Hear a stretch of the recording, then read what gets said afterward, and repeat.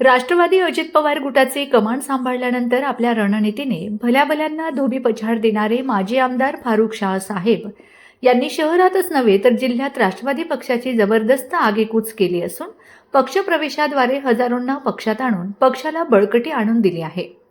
त्यांच्यावर व त्यांच्या कामावर विश्वास ठेवणारा फार मोठा वर्ग सध्या शहरात दिसून येत आहे.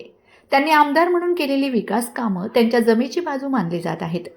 मित्र पक्षांकडून युती संदर्भात आपली भूमिका मांडताना माजी आमदार फारुख शाह साहेब दिसून येत आहेत. ऐका तर मग.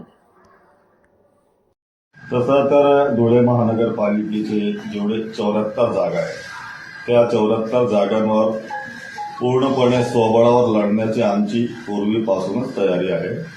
आणि नंतरच्या काळात आमच्या ज्या वरिष्ठांचा एक धोरण होता की आपण महायुती म्हणून लढवायची, परंतु आता 4 दिवसापूर्वी सुद्धा आमचे जे इथले समन्वयक आहेत माजी मंत्री अनिलदादा पाटील साहेब हे पण आले होते आणि त्यांनी पण मला वाटतं त्यांच्याशी काहीतरी त्यांचं बोलणं झालेलं आहे. पण अजूनपर्यंत भाजपाकडून किंवा इतर कुठल्या पक्षाकडून आम्हाला कुठलाच प्रतिसाद मिळालेला नाही आणि आमची पूर्ण 74 जागा लढण्याची तयारी आहे. आता शेवटचा जे निर्णय आहे जे आमचे वरिष्ठ मंडळी ते घेतील. साधारणतः किती उमेदवार आपल्याकडे आतापर्यंत इच्छुक आहेत? मुलाखती कशा सुरू झाल्या आहेत? काय नेमकं चित्र आहे?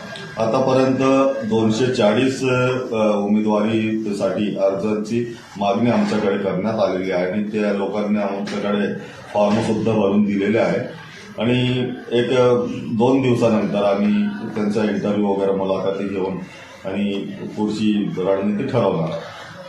आणणार कशाला विचारताय आपण? त्याला वेळ आहे ना, वेळ तर येऊ द्या.